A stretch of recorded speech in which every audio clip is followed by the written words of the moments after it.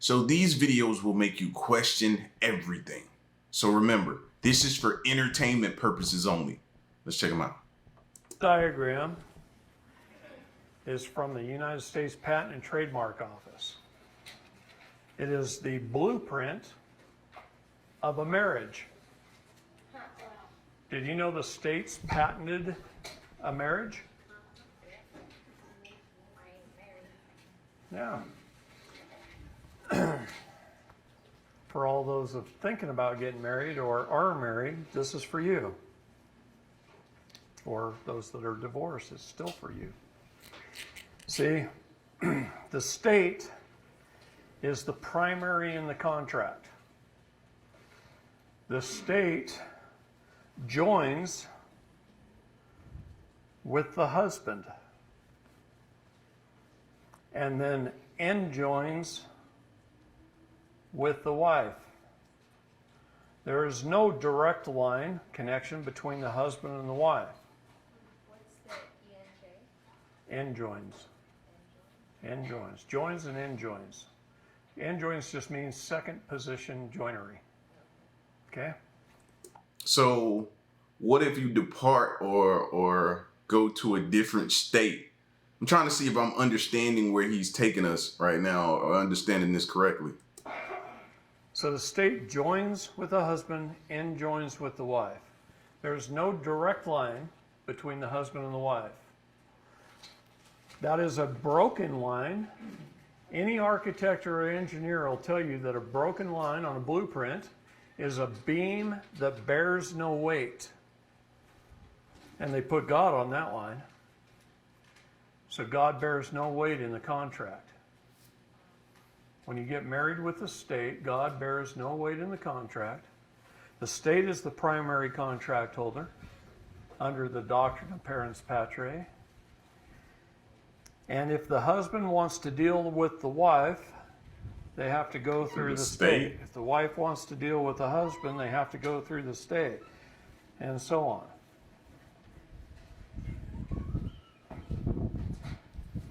So basically I guess, I'm trying to see what he's getting at here. Is he trying to tell people to say, hey, don't get the state involved when you get married?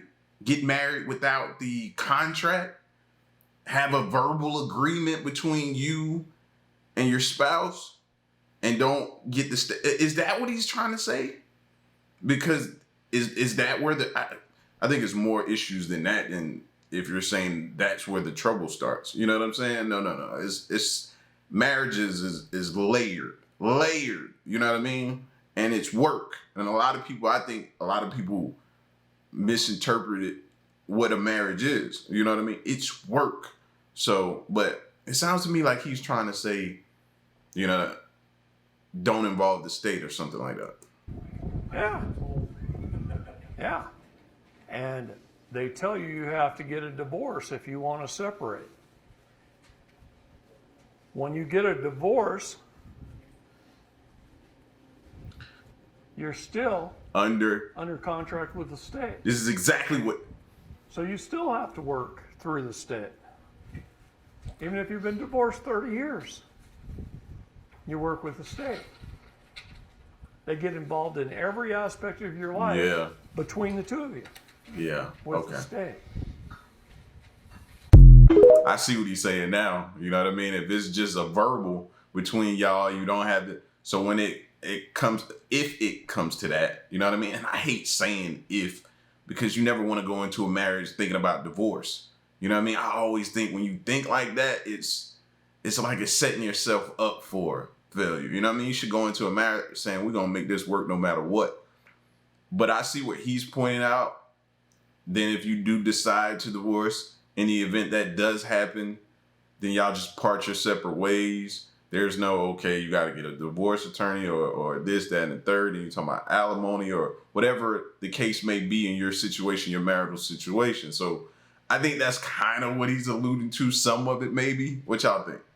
This advice on marriage from way back when is very interesting, and it's to the young ladies. don't marry at all. But if you must avoid the beauty men, flirts, and the bounders, and avoid the football enthusiasts, you gotta look for a strong, tame man, a fire lighter, coal getter, window cleaner, and yard swiller. They're saying to not expect too much, because most men are lazy, selfish, thoughtless, lying, drunken, clumsy, heavy-footed, rough, unmanly brutes and need taming. All bachelors and many are worse still. If you want him to be happy, feed the brute. And they're comparing them to a dog. And they're saying you'll be wiser not to chance it. It isn't worth the risk. Like marriage isn't worth the risk. This was from 1918. But then there's advice for men to get women. They're saying to take her hair without her knowing, twist it around a pin and throw it in a river. Or you can give her a piece of cheese. This last one you can't really see, but I see fresh blood. It's probably just not good. It's witchcraft. But I do think this is interesting. This advice...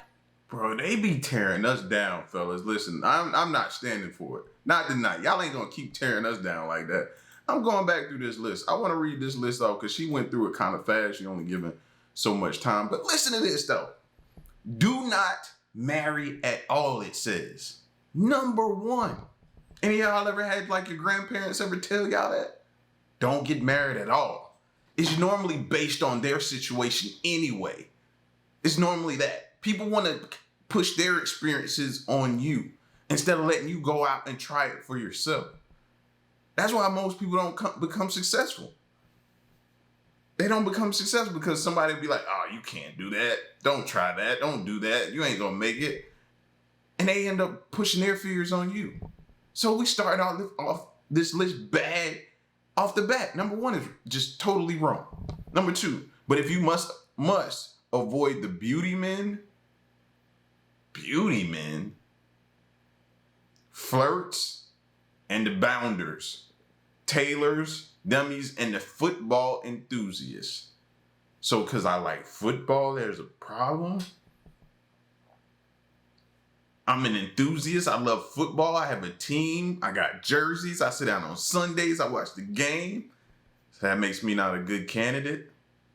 Why? Because you don't think I'm going to make time to spend with you? A man who really loves his queen, loves his woman, will make time. Maybe some Sundays he may forego watching that game. You know what I mean? To take her out. I've done it. I've done it plenty of times. But I'm a bad candidate because I'm a football enthusiast though, right? No. Let's keep going.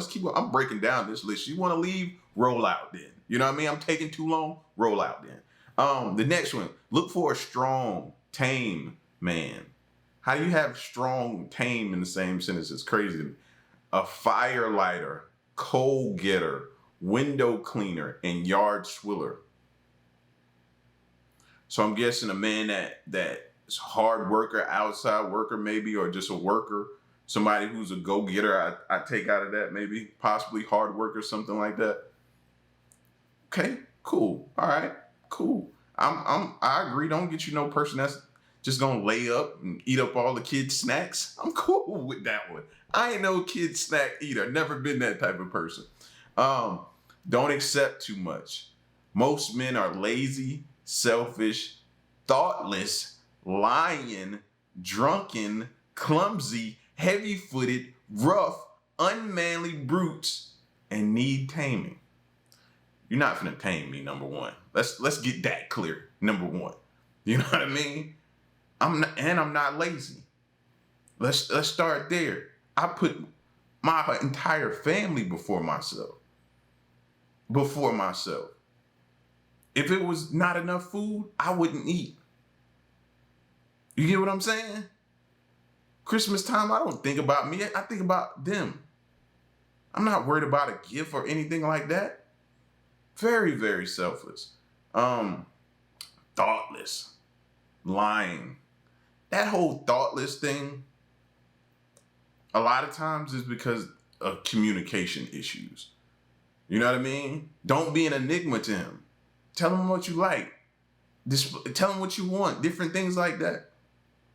Have that communication and dialogue. Let's keep going. All bachelors are, and many are worse still.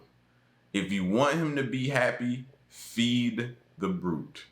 Nah, that's not gonna work for me. It's gonna take more than just some food. I know how to cook. I make my own food.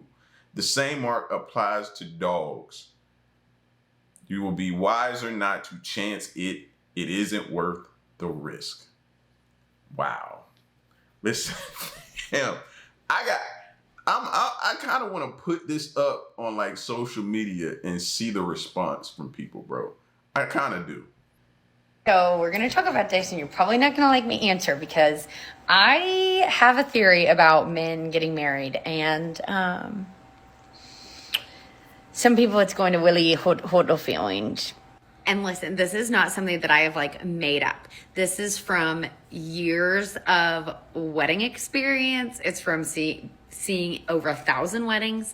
Normally I have really good radar of like, if a marriage is going to work, why, all of those kind of things anytime I go into something, right? I disagree right there. How can you know? You don't know. The two people are going to learn each other, and they're going to have to sacrifice some things and compromise. So that means they're going to have to change and evolve. So how can you predict when what you're seeing is not going to be who the people are when they come together? This theory in general of mine is something that I tell people all the time because I genuinely believe it, but also because I have had multiple men who have been married, are currently married, were married, who have told me that absolutely I am correct. I've also had friends of mine who I've told this theory to, girls, who were like, I really didn't want to believe you, but XYZ happened, and I really freaking believe you. So I think 75% of the time, men do not marry the loves of their life. I think 25% of the time they get lucky and it happens, but I think 75% of the time, it's not. Because here's why. So Subjective. I think men marry whatever girl is in front of them whenever they are ready to get married. Because men and women are different, okay? So like women were like, I love you, I would marry you, right? Men, on the other hand, can meet the love of their life, okay? And they just aren't ready. So they just don't.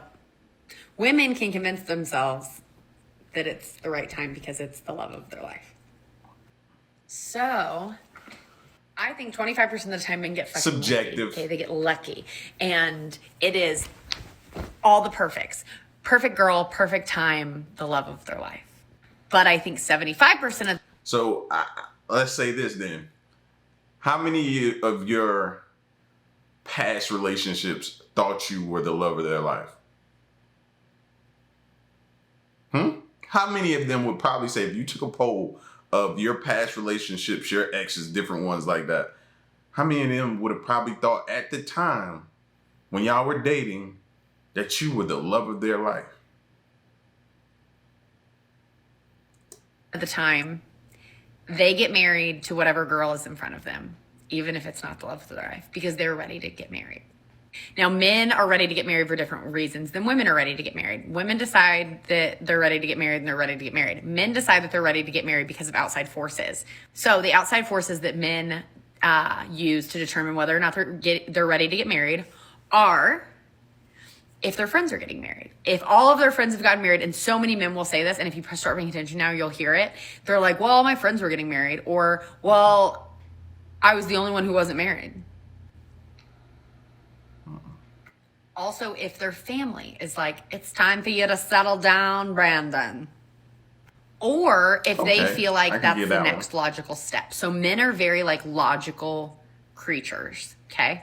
So if they think the next step is, hey, I have a career, I have this, I have that, it's time for me to get married, they will. So one out of the three so far, I can agree with. Maybe pressure from a family member or a parent, maybe a mom, dad, or something like that is saying that to him. Could kinda. But I always like to think is that you never really know until you know. You know what I mean? And maybe I'm just different from everybody else. But I didn't go into the relationship thinking, okay, I like her. We got together and, oh, man. No, it was, we were together. We were falling in love. We were, all of this happening. You know what I mean? And we got to that point. It's like we knew then, but I didn't go into it thinking, If she's the one, then it's just everybody else is doing it, then she'll be the one and we'll get married or such and such like that. You know what I'm saying? I didn't know that. I didn't know that she would be that one. So I wasn't thinking that. I wasn't feeling the pressure from a parent. You know what I mean? I wasn't thinking this is the next logical step in my life. And all of my friends, I was the first out of my crew. The first. I mean, I'm telling you, men have told me I'm 100% correct. So we're going to talk about this, and you're probably... Yeah, I was the first out of my crew, so I can't really say none of those. You know what I mean? But maybe it was different for everybody else. I just think when you cast that wide of a net over men and stuff like that, that's when you start getting into them tricky waters, ladies. You know what I'm saying? Have you heard about the criminal indictments down in Houston? Government alleges that people were paying thousands and thousands of dollars to U.S. citizens to marry them so that they could get green cards based on fake marriages. This is no good. This is how people end up in jail. This is what makes life hard for people with real marriages. So, if you're thinking about filing a fake marriage, don't do it. You'll probably go to jail and then get deported. Have you heard about the criminal indictment? It's going to be a lot of people in jail, man, especially with, you see the situations on the news, the migrant situations on the news and stuff like that, man. So you know it's a lot of that probably going on all over, especially in the big cities. Man, that to me, I think that had become like a business, like a huge business. And I don't know how they're going to stop it. They can't even stop the problem of the whole immigration problem. So how do you think you're going to stop that? I don't know. We'll see what happens, though. I'm gonna warn you again, be careful who you sleep with. Intimacy is a spiritual energy exchange. Intimacy is the highest spiritual connection between two people. Your energies mix. When you bond with someone, you can give your energy to them and they can give their energy to you. If that person doesn't know who they are spiritually, you're then opening a gateway for the devil to attack you when you get intimate with them. Be careful, because even though you might have the Holy Spirit, if that other person does not carry the Holy Spirit within them and carries dark energy, you're putting yourself in danger. I suggest, before getting intimate with anyone, to take 2 months to really see what their soul carries. This stuff is real. It's not as simple as it looks. The spiritual world is complex, and you need to know what you're dealing with. I'm gonna warn you. I actually agree with him to a certain extent with this. You know what I mean? Like, energies is means a lot. And being with a person that has a different, it could be spiritual energy or whatever, what have you, it could really affect you. You know what I mean? And when you're being romantic with a person and exchanging energies that way, yes, you could really absorb someone's energy, I believe. You have to get to know a person, really get to know a person. But that takes time. And he put 2 months on it, but I feel like it takes a lot longer than that. You know what I mean? Think about it. Being with a person can be so draining depending on their energies. Drain you. Really affect you start wondering why you act and respond the way that you do. Now, you were never like this before. Why am I like this now? Why does this provoke me? Why does this do that? It's the exchange of that energy, that person that you have in your life. Like, I believe, yeah, like that's serious to me. Marriage is a scam. Relationships are usually great at the start. You're getting to know each other, you're sharing experiences, but then she gets hot feet and wants to know if you're going to marry her. If you like it, then you better put a ring on it. Now the pressure's on, so you go out and spend bags on a diamond ring and book in a venue fit for a queen. You recite your vows about honor and respect through sickness and unhealth, yada yada yada. And a lot of the time it's not even about you two, it's about others. You invite people that you hardly know, family members you haven't seen in years. And most of the time they don't even want to see you happy. They're probably hoping that your marriage fails. Then you go on your honeymoon, just to take more pics for the gram for more people who don't give a about you. For what? One special day? And now you're in debt by about £30,000. It's a scam. And what's changed? Nothing. The issues you had before the marriage, yep, they're still there. And if you were happy before the marriage, yep, you're still happy. All that's changed is now you've got a legal agreement that if either one of you decide that you no longer want to be in the marriage, you're going to be well and truly Divorce rates are around 50%, and for second marriages, divorce rates are around 70%. That should be enough to let you know that marriages don't mean squat if the relationships aren't built on good foundations to begin with. Did you know that a woman only needs to be with a man for 5 years before they will be entitled to half of everything he's ever worked for?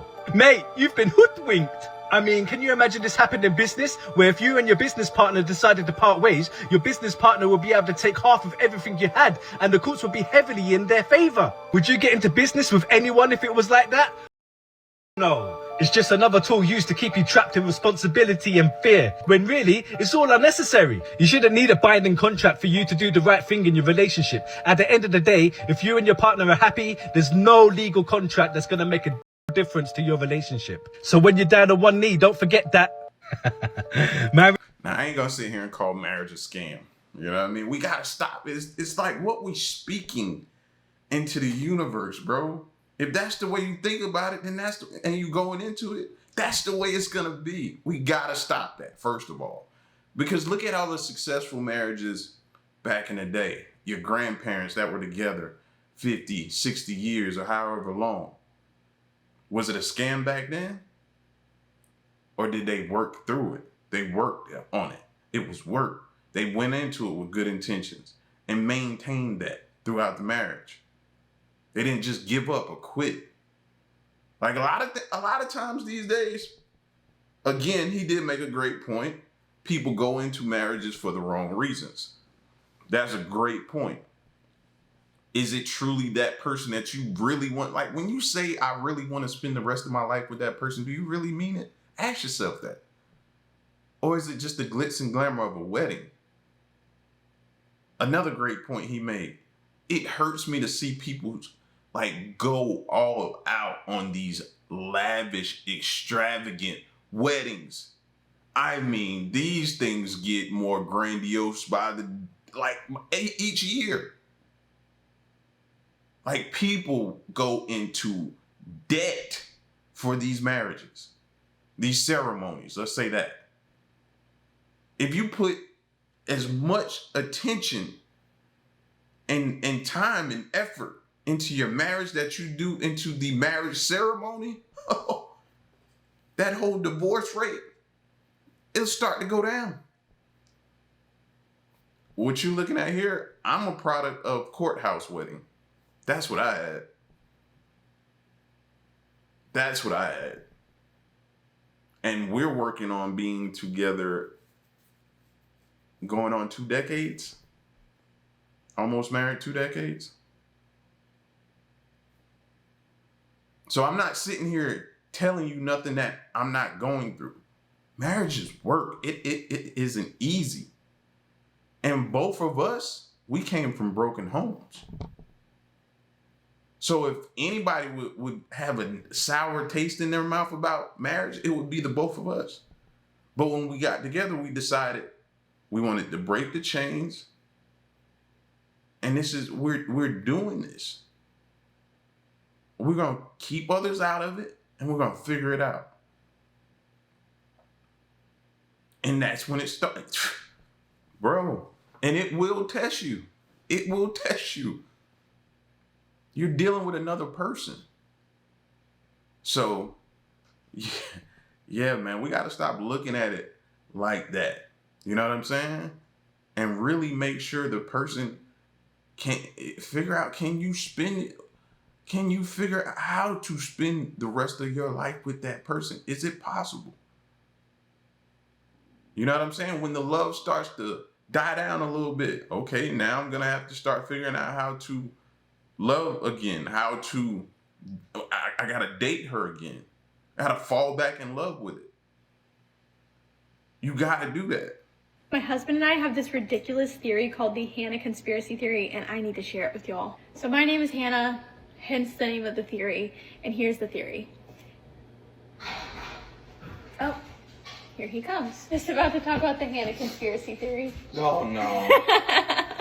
Okay, so the basis of this theory is that out of our whole family, inconveniences happen to me 10 times more than anybody else. For starters, do you remember when we moved into this new house? For the first 2 months, I kept stepping into glass and getting tiny shards of glass in my foot, but no one else. And it didn't matter how much we vacuumed. It only happened to me. And then you want to tell about every grocery order we ever Oh my did? goodness. So like every time I'll do a pickup order. Hannah's like, oh, I want this certain box of cookies, or oh, can you get this flour? Or it's like every single time It'll say one item is out of stock, and it's the one item that I wanted. oh, I've really been craving chocolate, and it's not available every single time. This last one's actually ridiculous. It's kind of like a woman thing. But do you remember, I have never had a pap smear before, and I went to get one. Oh my goodness, this is crazy. And the midwife calls me with my test results and says, I am so sorry. This has never happened to me in any of my years of experience. But your results just said sample wasn't good enough. Can't tell you the answers. Only Hannah. So that's just the tip of the iceberg for the Hannah conspiracy. We'll fill you in as more events come up. See, they look like a happy couple, man. I'm telling you, man, there's love out there, bro. Y'all just have to stop thinking and going to these marriages so negative or being, check the reasons that you're going into it for, man, and stop giving up so easy and stop. A lot of times, you know, it's another issue.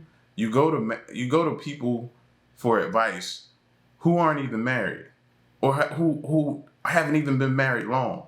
Instead of going to the people that have been married for 40, 50 years, you go to the person who ain't married for advice.